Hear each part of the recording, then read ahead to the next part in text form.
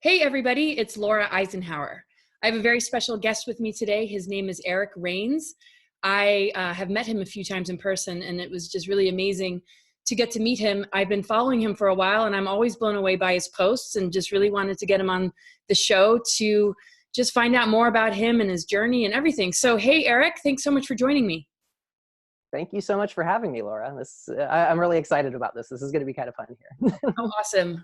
Well, I've got a lot of questions, of course, but I want to at least introduce you a little bit with part of your bio. Okay, so Eric went through a major dark night of the soul journey, culminating in 2012, and then had an intense energetic activation in 2013. Eric Rains became aware of the implantation and parasitic construct by direct observation. And I'm going to ask him about that, but just want to give people of an idea the tools that he works with. He is constantly expanding his repertoire of tools. Eric currently implements a variety of energetic tools ranging from parasite implant removal, meridian clearing and balancing, crystalline organ rejuvenation, GoldenTheta healing, soul fragment retrieval, remote lymphatic work, and golden light energy work. He also utilizes physical-based practices such as quantum pause breathing, reverse breathing, self-lymphatic massage, cycle stretching, Qigong, and meditation. He is an ardent advocate of aiding the entire human race to achieve their full and natural potential. And there's more to share, but oh my gosh, I just have a lot of questions. Yeah, I just want to start asking you, just tell us a little bit about your journey leading up to the work you do today.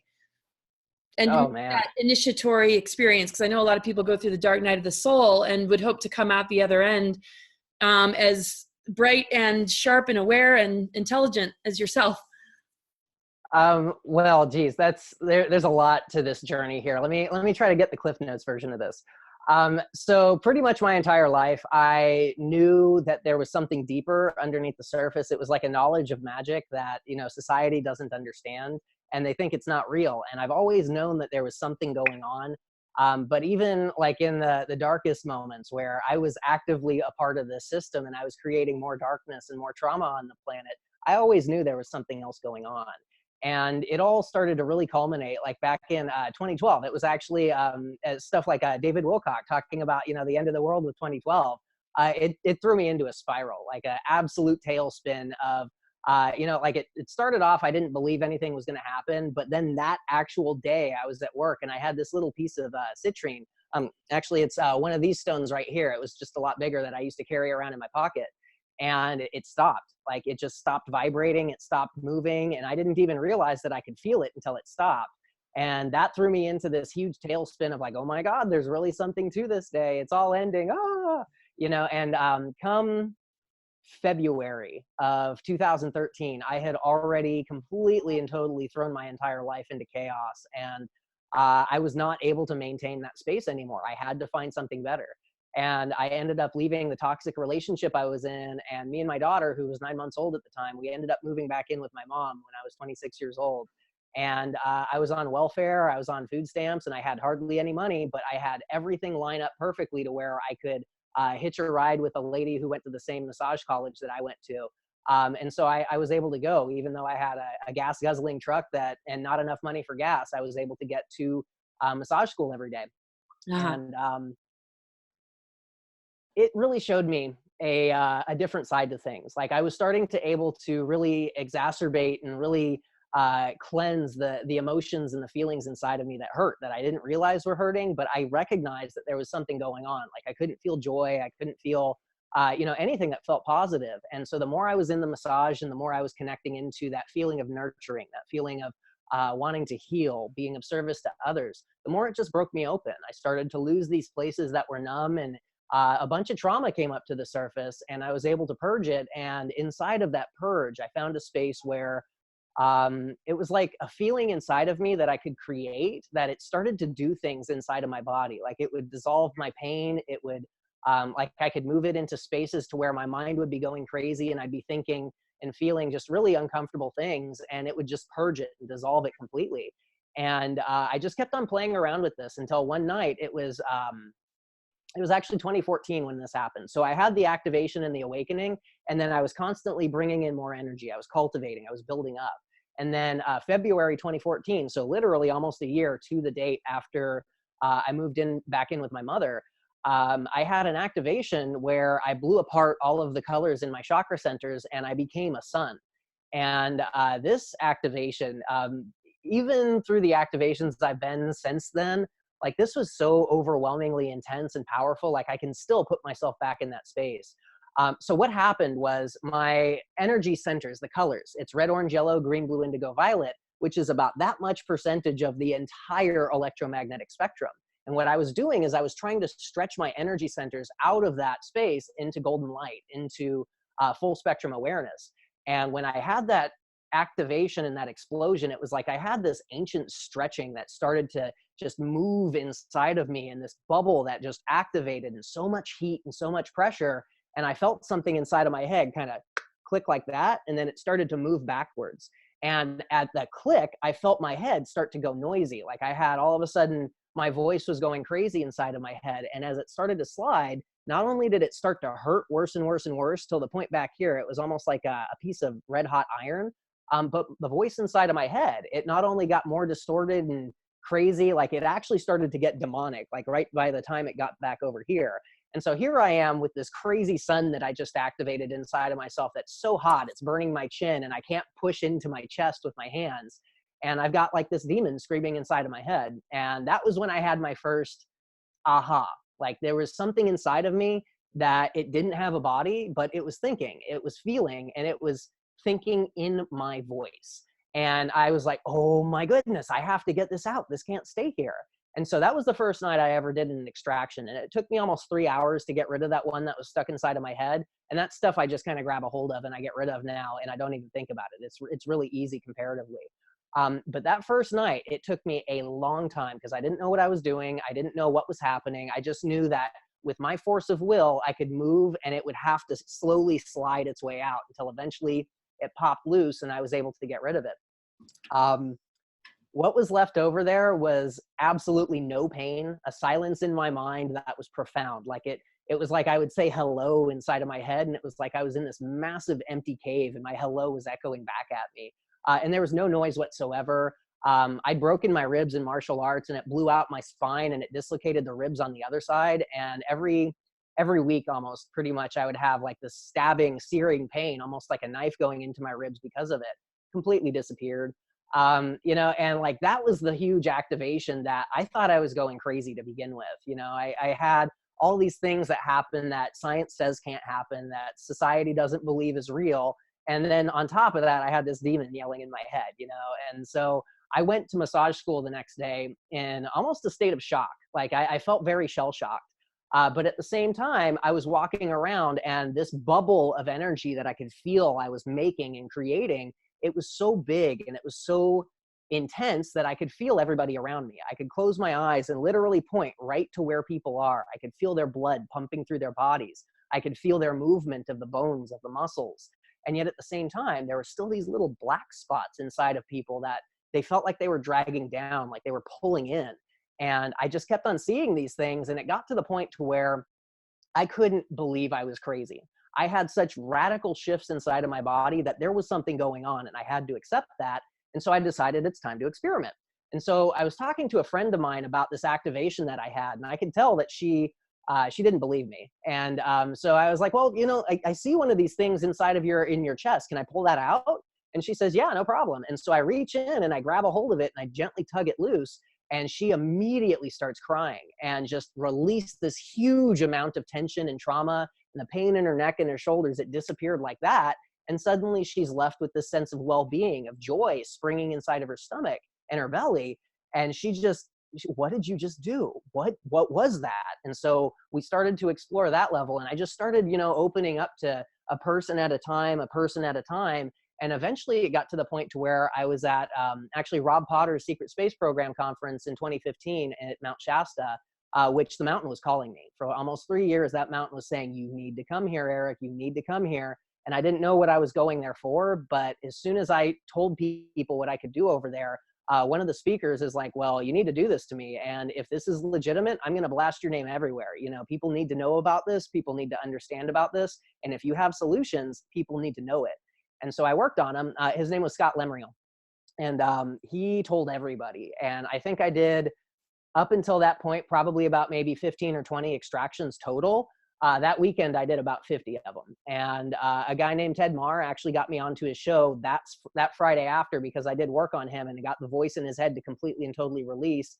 And he's a psychic, and he's got a very, very high accuracy rating, but he always had to discern between the truth and the false.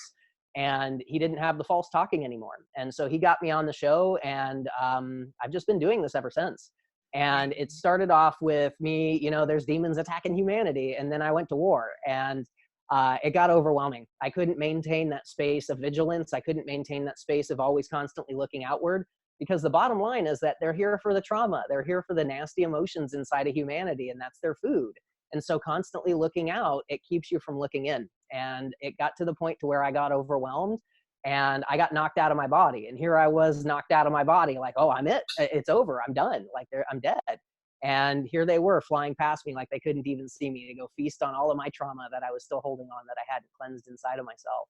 And that was my first aha moment of like, well, if that's what they're feeding on, how do we clean that out? Like, if this feels like garbage, what feels good? Well, I like to smile. I like to laugh. And so I put on the smile inside of my incorporeal form, and I lit myself up with that smile, and then right back in my body. And I had a little bit of a space that I could start to work in and clean out. And I just went after like those really painful spaces inside of myself. Like, I was molested when I was younger. I've got a lot of really big emotions and traumas that built up from that, and led out to a lot of acting out when I was older. And, you know, that right there, that was a huge one. And as soon as I went in and I started to actually bring pure innocence and joy into that space where I had those closeted, shadowed, stuck emotions that just felt so nasty inside of me, it let go. The tension that was in my muscles that held onto that resonance, it completely released. My bones clicked back into place, and I had more room. I could light it up more. And so I steadily took back system after system in my body with this radiant smile. And it's led to a space to where I translate energy now. And so I'll tune into a field, I'll tune into an energy, and I won't just say, well, I feel something. I'll go into it, I'll expand through it until I get the story, until I get the understanding of what it is. And then I turn it into English. And this builds pathways for people to then follow up into that energy so that they can create it for themselves. And pretty much what I do now is I'm just a high vibratory facilitator. I open up the doorway and I show people a path, and then I set them on it. And if they need help to go further, that's what I'm here for. And I'm not a healer. I'm not a master. I'm just a person like everybody else. And I'm telling you guys, if I can do this, anybody can. Wow. Thank you so much for sharing that. That's so incredible. And you've picked up so many different tools and modalities along the way. And I love how you just really understand the larger picture stuff, because, you know, working on the individual and clearing out all the parasitic forces, you know, that humanity's been under attack by parasitic forces. So help us to understand the bigger picture and the kind of the micro macro and what you see in the larger picture that's been happening to humanity. Definitely. The parasitic mechanisms that are used, that you discover also in your energy work with people. Definitely.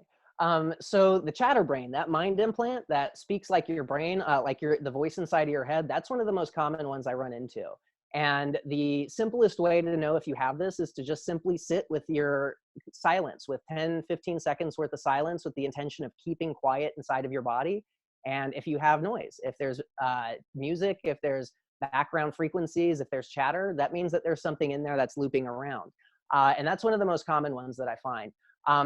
There's a template that they use that it can be applied to anywhere in the body. If there's a specific resonance, that's what they put the template into. So say, for instance, like the lungs hold on to a lot of grief. Like when you're so sad that you're like bawling and you're just letting it go, there's that heaviness, like that raw wounded sensation in your throat and your chest right there. That's the actual grief energy feeling right there. And if that right there is built up and it starts to not get cleared out and it starts to bubble up until it spills through the rest of the body, you might actually have someplace in a spot in your meridian somewhere that is connected to the lung meridian or jumps over into a meridian associated with it, where the muscles will actually get seized up and tight because the trauma is stuck inside of there. That'll cause a bunch of pain and pressure.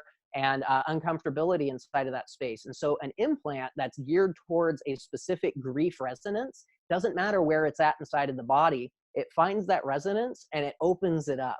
It exacerbates it. It brings it up to the surface. But instead of letting it clear, which is the natural process where it brings the stuff up to the surface and then purges, it locks it into place. And so you end up with this feedback loop where it just bounces back and forth in between the thoughts, the feelings, and the emotions and the memory of that trauma, of that event, of that injury, of that energy. And it'll lock it into place. That way it's almost like it's like a balloon, and it builds up and builds up and builds up. And then if there's an entity that's hungry, it can come by and says, oh, that one's ready. And it can go and, you know, press that button, get that specific resonance of flavor, and then it can fill up its battery. And so these types of devices right here, whether it's grief or anger or sadness or instability, guilt, shame, anything like that that doesn't feel good inside of the body, there's a specific implant template that goes in and opens up that trauma to keep it on the surface. What ends up happening is people end up being stuck inside of triggers. They have uncomfortability, and we're always hardwired to seek pleasure and avoid pain. And so whenever we have these triggers pop up to the surface, we constantly try to distract ourselves from them. When in fact, if we just sat with it, what would happen is it would be in the purging process, and it would allow itself to come up to the surface to where you had one of two things. Either A, I like this feeling, or B, I don't.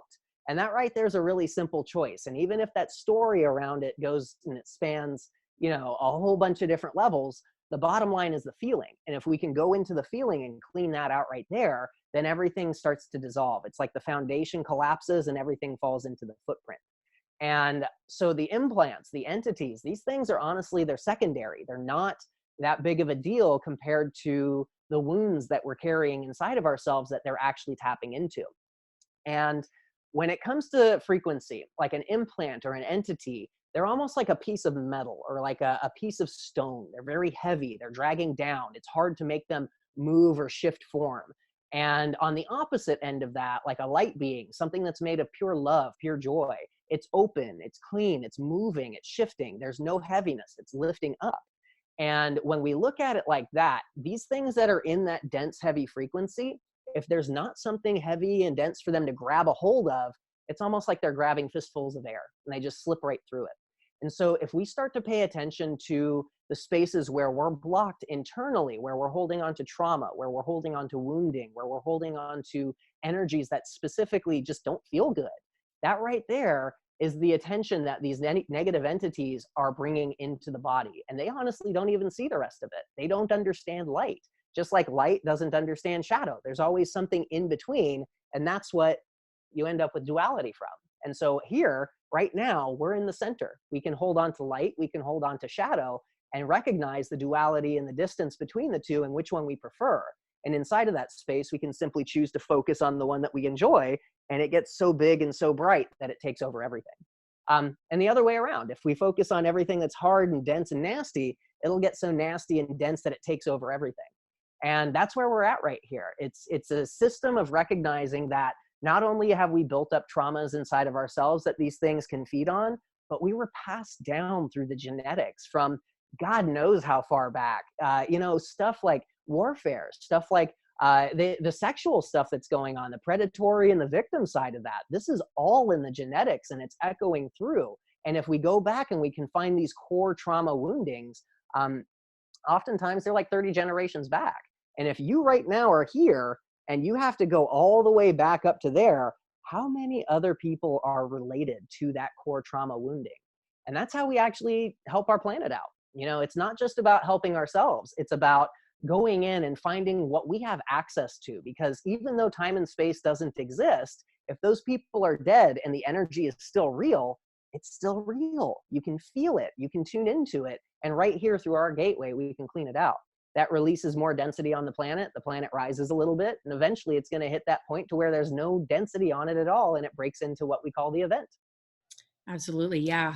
That's some of the most important work that we do, is just clearing ancestral patterns and energies, and the results are huge. Yeah. Because there's so much that it ripples out to because of, that core wound and how it connects to so many people. It's incredible to hear you speak. You just have this wonderful way of putting things, your articulation. It's just really hits home. And so like somebody with cancer, it seems like this trauma locked in the body is probably, you know, the major roots behind it. So if somebody is struggling with something like that, have you worked with those kind of clients, and what sort of results have you seen? Yes. So I've seen both ends of the spectrum here. I had one guy who I'm really kind of upset about still, honestly. He had stage 4 bone cancer and stage 3 lung cancer when I got a hold of him. And I knew for a fact that he was going to heal himself. Like, he was turning on these energies to a level that was absolutely incredible. And he had a remission, and he ended up in the hospital, and he died almost a week later. And so when I got a hold of him, we were working together for almost a year, and we stretched him out a lot further than he was given time for. And there's something that I'm missing inside of that. But at the same time, if we catch it early enough, stage 2, beginnings of stage 3, I've seen people dissolve those out of the body within weeks. When it's really established, when it's already set in there, the body is a completely different organism than the mind and the spirit. And so we can do mind and spirit work and activate the body inside. But if we are not working on the level that needs to be taken care of, you know, it's like we're trying to get water through a brick wall. And water is on the other side that's needed. But if we don't recognize that there's a brick wall in the way, and, you know, look to go over it, around it, underneath it, phase through it, teleport, you know, anything, we can go in any direction, then we're not hitting the level that it's needed. And there was a core fundamental level that I didn't know about, that he didn't know about, and I'm still looking for right now with these really high level, deep cancers. Things like melanoma, things like ovarian cancer, testicular cancer, prostate cancer. If we catch those things early enough, it's so simple to take care of. Like right now, I have cancer, and I'm just taking care of it probably like 13 or 14 times a day. You know, it's an overabundance of growth of the nerve, of the cellular structure inside of the body. And we have checks and systems that come along and say, hey, that's not supposed to be happening. And then it shuts down that mutation.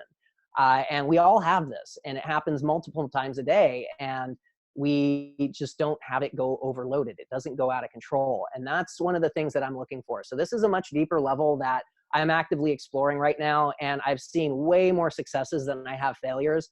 But I have to be really honest with myself about this. I am not a healer. I'm a facilitator. And I can facilitate some very, very powerful transformations that then that person's body heals themselves. But at the same time, we have to know what we're going into. And, you know, this is something that it hits pretty close to home right now. We've actually got family members going through this. And as somebody from my perspective, it's really hard to watch other people have to go through the chemo and the radiation, but it's not my place. And that's a really, really hard spot for me from where I'm at and from what I see and from what I know how to do. But it's everybody's choice. And the only thing that I can do is shine as brightly as I possibly can. And hopefully people notice it and they come around and they ask some questions. If not, they're not ready, you know, and the soul always comes back. There's always another lesson. There's always another lifetime. And if it's not this lifetime's lesson to learn, who am I to push that onto somebody? Yeah. Yeah, gosh. Well, you write some really amazing things, and really the way you see the parasitic system and how this really runs through the political world, the entertainment industries, the programming that we're exposed to from the time of childhood.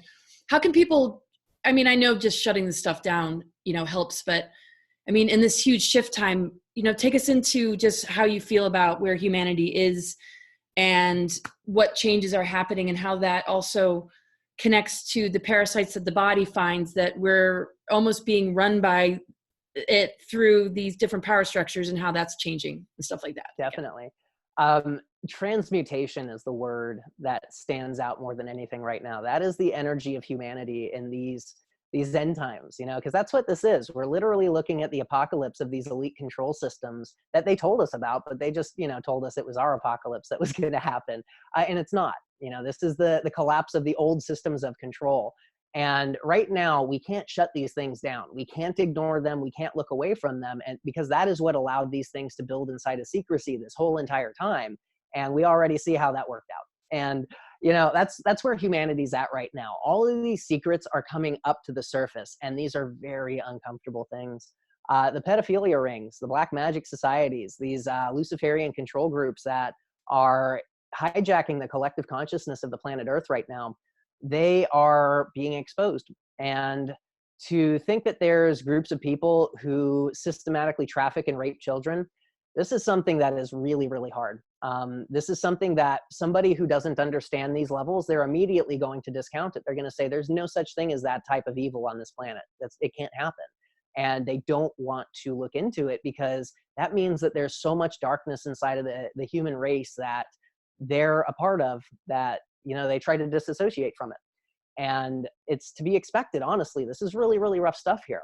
We cannot look away from this. We have to pull this out into the light of day. We have to pull these ancient skeletons out of the closet and bring them out into the open and study them. Because this is stuff and systems and control centers that have been built up that we are never, ever going to allow to happen again. And how are we going to do that if we don't understand it from the inside out? And that's what's happening. We are reversing these systems of control and going all the way back to the core origins of why it was allowed to begin with. And then we're understanding it. And as we bring this understanding, we only fear things that we do not fully and truly get. If we don't understand something, there's a mystery to it. And inside of the mystery, there's an ability to have fear, because it's the unknown. And when we step inside of these things and we understand them from the ground up, not only are we taking the fear out of the system, suddenly we have a neutral space inside of that darkness that we can light up. And we can't change any of this by fighting it. Fighting is what caused the system to begin with the whole entire time. What we have to do is go in and exist inside of that darkness, holding on to our light, and give ourselves time to recognize, like, I don't like this. Like, this doesn't feel good. And if we have that decision, if we have that choice right then and there, then we can direct what we want into those spaces that are blocked up, that are stuck, that are dark, that are rotten. And it has no choice but to transmute, because as above, so below. And I don't care how much darkness you dump on the sun, it's never going to shut the sun down. The sun affects the darkness, not the other way around. And that's what humanity is turning into. We've got brilliant beacons of light who are popping up right now. We've got amazing souls who are coming down, who there's enough light on the planet for them to actually exist here now. And they're starting to really step up in a way that it's not on the surface level. Like somebody like me, I'm really prominent on these energy levels. I'm really out there. The people doing these massive shifting works, these are the children that are coming in right now who understand how it's supposed to be. And then they're shifting into a space to where they don't have to let the darkness shift them. They shift the darkness.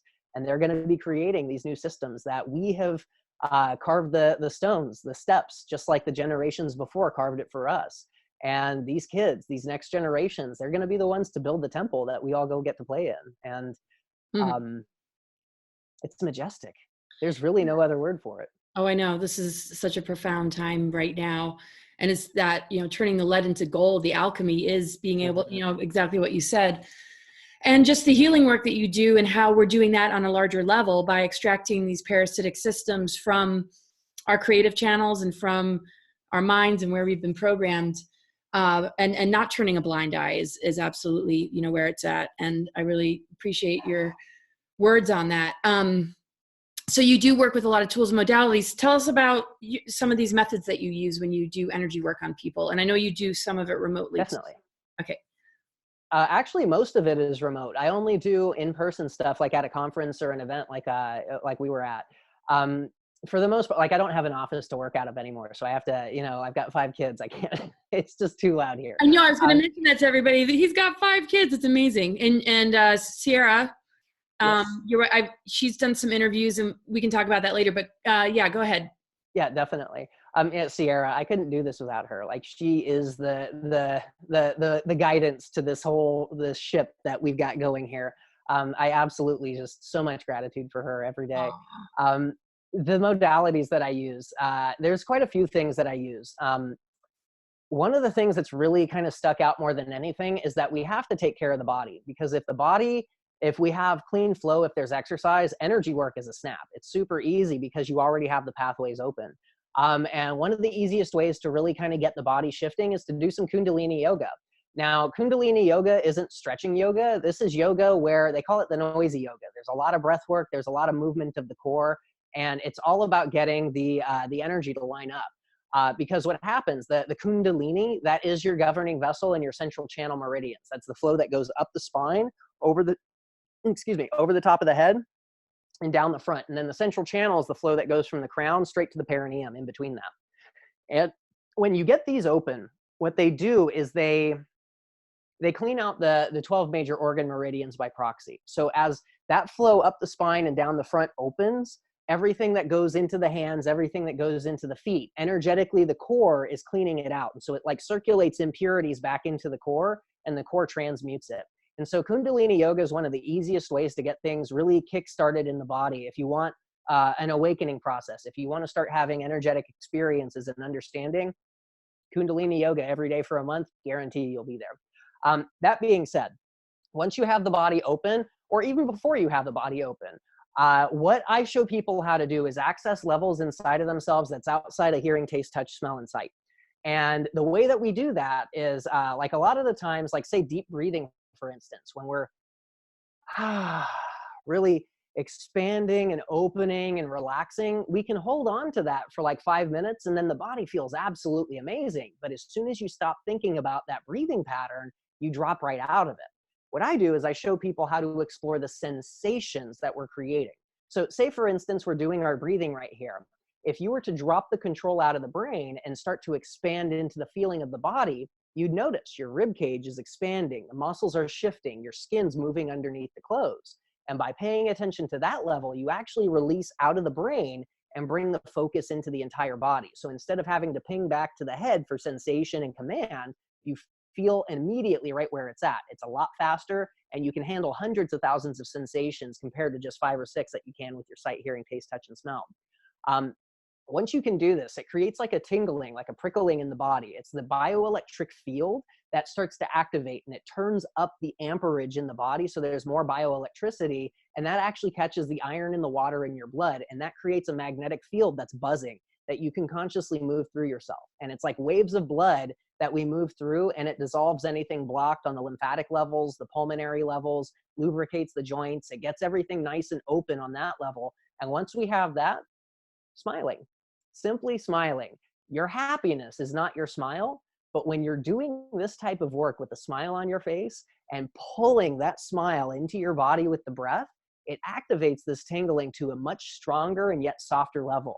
And that vibration right there, if you light that up like the sun, that's what I call the radiant smile. And this energy, it's like liquid. You can move it anywhere. And so what I do remotely is I'll inhale into this, and then I'll move it through to the person that I'm working with, and then I'll move a big wave of energy around them. So if they seem like they're this big, I'll move like an energy ball around them about that big. And anything that's not smiling, if it's dark or if it's not moving, it sticks out like a sore thumb. And so I don't see, hear, taste, touch, or smell these levels. I energetically experience them. And as soon as you shift it on the energy level, it's almost immediate. You feel this, like your body completely lets go, your mind goes quiet, the tensions inside of you release. You can even tune into old traumas and they won't have the emotion anymore. Wow, very cool. Yeah. Right? Oh, it's really, really excellent to just hear about all this. It's just also really supportive of organic ascension symptoms that people are going through, is to just have this, kind of support. A lot of stuck energies, you can really get the best of people because it's so unconscious. There's so many things that have been passed on, like you were talking about, generation to generation. So, yeah, your education base, though, I mean, it's almost like you just have that stream of consciousness that, would you call it a channel? Is it just your higher self coming in when you kind of bring in, would you just call that a download, just when you get hits and then you apply healing work? Because mostly it sounds like this is real innate wisdom, not something you can really totally get from a book. I mean, the tools and modalities, yes, but your awareness of how to work it just seems very authentic to your connection to your higher intelligence that just comes in like a channel. Would you describe it like that? Well, let me try to kind of explain the expansion outwards. Like humankind, energetically, we're like onions. And we've got that core in the very center, which oftentimes you start off as your brain. And then as you expand outwards, you can expand your brain focus into the body. and you can expand outwards to create that bubble, that energy field inside of you, to create an energy field outside of you, and you can start to activate your auric field. And as you just expand further and further, it gets to the point to where you can grow. You can expand and grow your consciousness to the size of the solar system, to the galaxy, to the universe. And there's different levels of understanding inside of all of that. And so I've had a full higher self integration to where my higher self and my body, they melded into one space. So I don't have a higher self. I am my higher self. And I've got all the connections to the multidimensional field of all the trillions of other versions of Eric who exist, as well as all my past, future, present life connections. And these are things that all I have to do is put my attention on it. Just like right now, you know, the gravity is pulling you into the earth. But as soon as I said that, the gravity is really obvious. It's that type of a thing. As soon as you put your attention onto it, you can investigate it a lot more. And so instead of being inside of this little core, I'm expanded out inside of spaces that the energies that I talk about, it's something that all I have to do is put my attention onto it. And so it's not even like I'm channeling. It's almost like my intelligence, my brain, my memory, my understanding, it's not inside of me. It's part of me, but all I have to do is expand my awareness to the point to where I can feel it. And even if I don't know the answer to the question, I can translate the energy. And as I'm talking about it, I'm teaching myself. Right, right. Yeah. Yeah. It's that integration of higher self with the body. And that integration of polarity is everything right now. And that's why I kind of asked the question, because I knew you'd be able to just kind of help people understand the difference of just, you know, how we can really actually anchor it in and open up those spaces and be in that vastness. Yeah, it's really cool. So anything you want to share that we haven't talked about before I ask you, you know, what your website is and how people can get in touch with you? Anything that's come through lately that you've been sharing publicly? Definitely. Or anything coming up for you that you want? Definitely. Ancestral clearing is hands down some of the most important work that we can ever do. And if you want to start getting into this work, simply recognizing that a lot of the base feelings, emotions, and thoughts that you have inside of yourself that you don't enjoy are often symptoms of trauma that people who came before you have experienced. And instead of having to live through that trauma and say, hey, that's where that came from, you just got handed a whole pile of poop and not understand why, you know, you've got a pile of poop on your plate. And that right there, recognizing that it's not your fault that you were handed that you came here specifically inside of these genetics to recognize you don't enjoy that so you can go back and clean it out. That is why your soul is here. That is the starseed's mission. And knowing that it's not your fault that you were handed this, it makes it a lot easier to look back at the people who handed it to you and recognize they were handed something and it's not their fault either. And this right here is how we start to really go back in and release the deep levels of some really nasty, nasty stuff. Because, you know, back in our history, there is everything. We've got everything that can happen inside of warfare, as well as all of the love that came between two people to create the next generation. You know, so this is how we start to differentiate. We don't look at all the bad things. We look at the things that are beautiful, the things that are pure. And we know where the stuff is that we need to clean it out, but we don't focus on it. We focus on what we want. And then we exacerbate that. We turn that up. And then it has no choice but to let the other spaces go. And this is actually what a lot of people call ascension symptoms. When they're having that craziness, when that pain, that uncomfortability, those thoughts, those feelings, those emotions, they have created a space that's so high vibratory, anything that does not exist inside of that level is desperately trying to get out. And it's the spaces inside of you that are holding on to it that we have to bring our attention to. And then as soon as you let those go, ascension symptoms are literally nothing more than trauma leaving the body. Ascension symptoms are expansive, euphoric, incredibly powerful, and activating in a way that there's no doubt whatsoever when you have a real ascension symptom compared to releasing trauma. Yeah, this kind of brings me into the thought of people who are TIs, targeted individuals, that really feel like they can't get these forces off their back no matter what they do. Do you see all that kind of dissipating? Oh, yeah. Or that Oh, yeah. the kind of work you do as well can kind of help Those knock are the out? people I work with more than anybody. Yeah, I mean, because Those are the people who are desperate enough to actually come find me, you know? Yeah, yeah, because I have a lot of clients that I want them to see this, that are having, you know, issues with implants and being targeted, and, you know, I see it in their charts and everything, but just really. Well, the bottom line is that these targeted individuals, just simply taking on that moniker of targeted individual means that there's something on the outside trying to get you on the inside. And if you shift your attention from the outside, from all of those stories and all of those people and all of those events and those histories and those timelines and the entities and the implants, and you start shifting inside to go clean out where you hurt, they can't grab a hold of you. Yeah. What about like the intense trauma-based mind control? Those that are beginning to understand that that's happened to them, do you feel like there's a lot that is going to... That's a whole different ball of wax right there, that you have to actually go in and clean out each different layer, because trauma-based mind control, there's a fracturing to where it's almost like if we had a crystal ball and then we had an explosion inside of it that just fractured everything out and separated by those cracks. There's personality and pieces of themselves inside of each one of those. And so you can actually go in and clean one out and they can have a major, major release. And then all of a sudden they're triggered into another fracture. And then that one has that energy flow that then it comes back in and it starts to infest that space that's nice and clean now. So that's a whole different ball of wax right there. That takes, it's not just a one session type of a thing. No, that right there's, that's like a series of coaching that takes at least 2 to 3 months. Because we got to get those people back into their own power. Like sovereignty is absolutely imperative for them, because they're not sovereign in so many different spaces. And even if they feel like they're sovereign in their lead personality, they've got so many fractures that are telling them they're a victim that is true at the same time.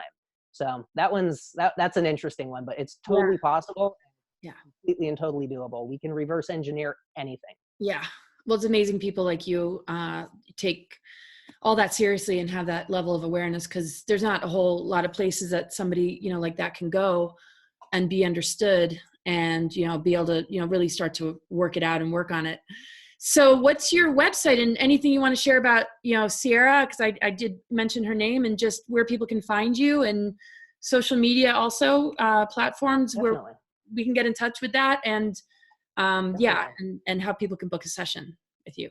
So pretty much everything is unleashing natural humanity. The natural human is where we're heading to, and unleashing is all about releasing the trauma that we're under and stepping into that natural human space. So my website's Unleashing Natural Humanity, and if you go to the events and sessions tab, that's where you can find my classes, as well as individual sessions there. I'm Unleashing Natural Humanity on YouTube, Patreon, and Facebook, as well as, I believe, LinkedIn and Instagram. I have somebody who's taking care of those over there. I actually don't mess around with those, but the information goes to those, so you can still find it there. But on Facebook, you can find my personal page under Eric Rains. I've got a friend of mine who's an amazing artist. She took a old profile picture of mine, and she made it golden. It's absolutely beautiful. That's a really cool picture. Yeah. I love it so much. It's my favorite.